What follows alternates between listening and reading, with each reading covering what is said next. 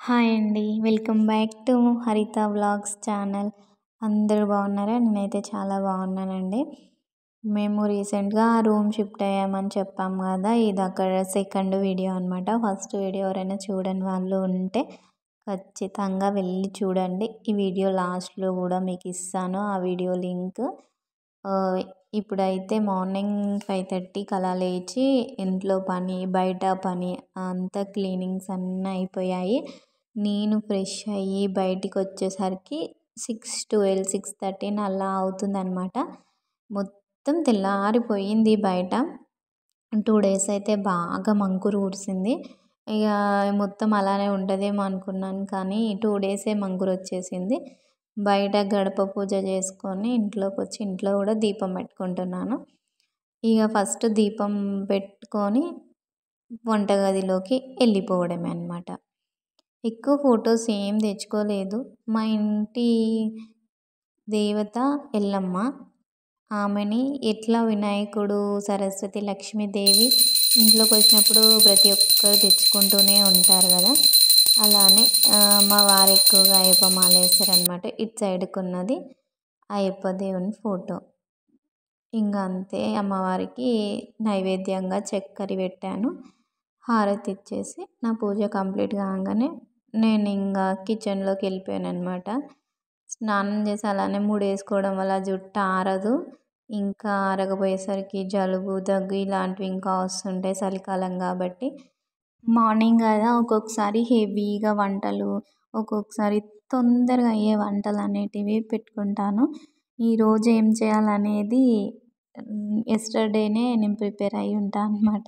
దానికోసం అన్నీ రెడీ చేసుకుంటా. లేకపోతే అంత పొద్దున్న వాళ్ళు 9 వరకల్లా 9 లోపు కావాలంటే కష్టం కదా! టిఫిన్స్ అండ్ అన్నము, కర్రీ అన్నీ కావాలంటే కష్టం కాబట్టి ముందుగానే ప్రిపేర్ అయ్యి ఉంటా. ఇప్పుడైతే ఫస్ట్ ఫ్రిడ్జ్లో నుంచి నాకు ఏమేమి కావాలో అవన్నీ తీసి పక్కకు పెట్టేసుకుంటాను. ఎందుకంటే చాలా కూల్గా ఉంది. ముందు వీటిని పక్కకు పెట్టేసుకొని బియ్యం కడిగి పొయ్యి మీద పెట్టి టీ పెట్టేసరికి అవి చల్లగా ఉన్నదంతా పోతుందన్నమాట. అలా పోయేసరికి నాకు అవి వంట చేసుకోవడానికి వీలుగా ఉంటాయి. అప్పుడు వాటిని ఫ్రెష్గా కడిగి ఈరోజు అయితే టమాటా పప్పు చేద్దామని డిసైడ్ అయ్యాను. సింపుల్గా చేస్తాను. చాలా సింపుల్. ఇందులో ఒక చిన్న ట్రిక్ ఉంటుంది అన్నమాట. పప్పు ఉడకబెట్టేటప్పుడు మనము అందులో సాల్ట్ అనేది వేయొద్దు. సాల్ట్ వేయకపోతే పప్పు అనేది చాలా మెత్తగా ఉడికిపోతుంది. కొందరికి పప్పు ఉడకక అలానే ఉంటుంది కదా! సాల్ట్ వేయకుండా ఒక్కసారి పప్పు ఉడకబెట్టి చూడండి. పప్పు అంతా అయిన తర్వాత అప్పుడు సాల్ట్ వేసి మనకు ఇంక ఎక్స్ట్రా ఏమన్నా వాటర్ పడుతుంది అనుకుంటే వాటర్ యాడ్ చేసుకోవాలి. పోసి పెట్టుకోవడమే. అంతే సింపుల్గా ఇలా చేసామంటే అసలు చాలా ఇష్టంగా తింటారు. పుల్ల పుల్లగా ఉంటుంది, చాలా బాగుంటుంది. నేను కాలేజీకి పోయే టైంలో అయితే మా ఫ్రెండ్స్కి అయితే చాలా నచ్చేది కర్రీస్. కావాలని వచ్చి తీసుకొని తినేదన్నమాట. ఒక్కొక్కసారి అందరూ గుర్తొస్తూ ఉంటారు నాకైతే. కానీ అందరికీ అప్పటి రోజులు ఇప్పుడు రావు కదా! అంతే. పప్పు అలా వేసుకొని పెట్టేసుకొని కొత్తిమీర, కరివేపాకు అవన్నీ కోసి పక్కకు పెట్టేసుకోవడమే. నాకు ఇప్పుడు చాయ్ అయిపోయింది, అన్నం అయిపోయింది, పప్పు విజిల్ కూడా వస్తుందన్నమాట. చూసారా, పప్పు అయితే చాలా మెత్తగా ఉడికిపోయింది. చేతితో ఇలా మెదుపుకోవడమే గరిటెతోటి. మనము పప్పు గుత్తి కూడా వాడాల్సిన అవసరం లేదు. ఇలా కలిపేసుకుంటే చాలు, అదంతా మెత్తగా అయిపోతుంది. కొంచెం వాటర్ అండ్ సాల్ట్ యాడ్ చేసుకొని కొత్తిమీర వేసుకొని పోసి పెట్టేసుకోవడమే అన్నమాట. కొద్దిగా ఆవాలు, జీలకర్ర, 2-3 వెల్లుల్లి రెబ్బలు వేసి కరివేపాకు వేసి నేనైతే ఇలానే పోసి పెట్టేసుకున్నాను. పసుపు అయితే ఏమీ లేదు, కర్రీలో వేసాను కాబట్టి సింపుల్గా అవుతుంది అన్నమాట. మొన్న షాప్కి వెళ్ళి కర్రీ బాక్స్ తెచ్చుకున్నాడు ఆయన. కర్రీకి బాక్స్ లేవని 99 రూపీస్ పడ్డదంట. కానీ డబ్బా మాత్రం చాలా స్ట్రాంగ్ ఉంది. మీషోలో కూడా ఇంత స్ట్రాంగ్ ఉంటాయో ఏమో తెలియదు, కానీ తిని బయట తీసుకొచ్చిండు. దాంతోపాటు పాప్కార్న్ ప్యాకెట్ మా చిన్నోడికి, అవేమో న్యూడిల్స్ అనమాట. ఇంట్లో ఎప్పుడైనా చేసుకోవాలనిపిస్తే ఆ చాక్లెట్ డబ్బా మొత్తం తెచ్చేసిండు మనిషికి రోజు ఒకటి ఇద్దామని. ఇక్కడ దగ్గరలో షాప్స్ ఏం లేవు. అందుకోసమే తెచ్చినప్పుడల్లా అలా మొత్తం తెచ్చేసి పెడదాము. టీ కోసం అనేసి టీ స్నాక్స్ తీసుకెళ్ళి ఇచ్చేస్తాను. ఇంకా వాళ్ళు అయిన తర్వాత ఉగ్గానికని ప్రిపేరింగ్ ఇది. ఉగ్గాని తయారు చేస్తున్నాము. ప్రాసెస్ నేనైతే ఇప్పటివరకు ఎప్పుడు చేయలేదు. ఇదే ఫస్ట్ టైం అనమాట. నేను బాగొచ్చింది, చూడ్డానికి కూడా బాగుంది. ఫస్ట్ అయితే ఆ బొంగుల్ని వాటర్లో వేసి జర 2 మినిట్స్ ఉంచి వాటర్ మొత్తం పోయేలాగా పిండేసుకోవాలి. పిండి పక్కకు పెట్టేసుకున్న తర్వాత వేరే గిన్నెలో పెట్టి మీరు ఏమేమి పోపు దినుసులు వేసుకోవాలనుకుంటే అవన్నీ పల్లీలు, మినప్పప్పు, శనగపప్పు, జీలకర్ర, ఆవాలు, పచ్చిమిర్చి, కరివేపాకు వేసి అలా కలుపుకొని అవన్నీ ఫ్రై అయిన తర్వాత ఆనియన్స్ వేసి ఫ్రై చేసుకోవాలి.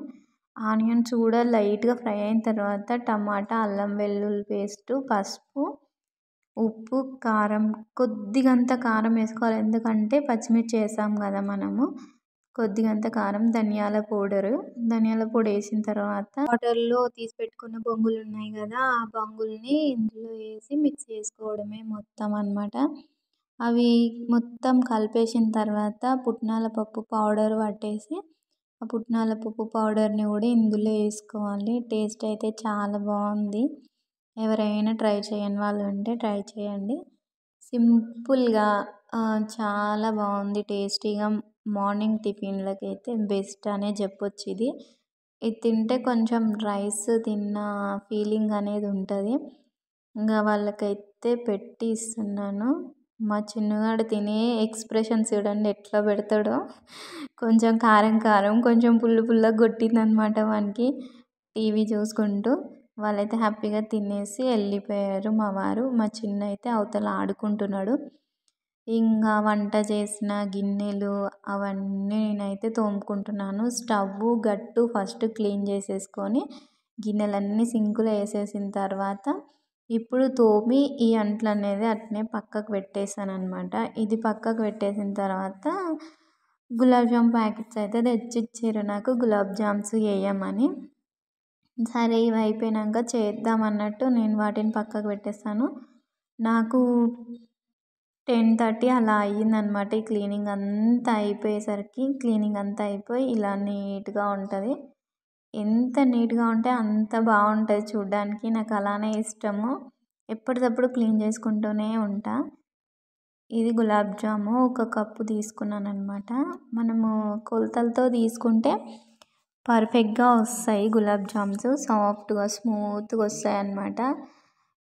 నేనైతే మొత్తం మిల్క్ తోటే కలిపేసాను. కొంచెం మిల్క్, కొంచెం వాటర్ వేసి కలుపుకోండి మీరు.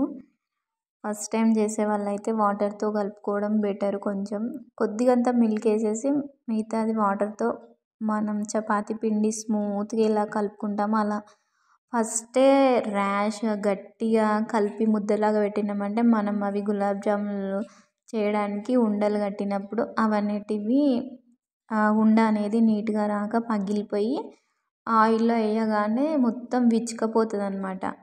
అది పిండి కలిపి ఒక 5-10 నిమిషాలు నేను ఫ్రిడ్జ్లో పెట్టేశాను. ఇక్కడైతే గులాబ్ జామ్కి పాకం రెడీ చేస్తున్నాను అనమాట. 1 కప్పు షుగర్ వేసాను. నేను పిండి వేసిన కప్పుతోటే 3 కప్స్ వాటర్ పోసాను అనమాట. ఇంకా అది పాకం అక్కడ రెడీ అవుతుంది. ఉండలు ఇలా ప్రిపేర్ చేసుకోవాలన్నమాట. ఫస్ట్ కొంచెం గట్టిగా ప్రెస్ చేసిన తర్వాత లూజ్గా ప్రెస్ చేస్తే మనకి చూసారా ఇక్కడ పగుళ్ళు ఏవి రాలేదు. ఇంకో గిన్నెలో ఆయిల్ పెట్టేసి అందులో మనము ఆయిల్ వేడైన తర్వాత గులాబ్ జామ్స్ వేసుకొని ఫ్రై చేసుకోవాలన్నమాట. అవి ఫ్రై చేసి ఉంటే ఇంకా కొంచెం ఉబ్బిపోతాయి. పాకంలో వేసేసరికి ఇంకా పెద్దగా అవుతాయి అన్నమాట. ఇలా చేసుకోవాలి. సింపుల్గా చాలా బాగా చాలా టేస్టీగా ఉంటుంది. నా వీడియోస్ని ఇంకా కొత్తగా ఎవరైనా చూసిన వాళ్ళైతే ప్లీజ్ సబ్స్క్రైబ్ చేసుకోండి. Thank you for watching.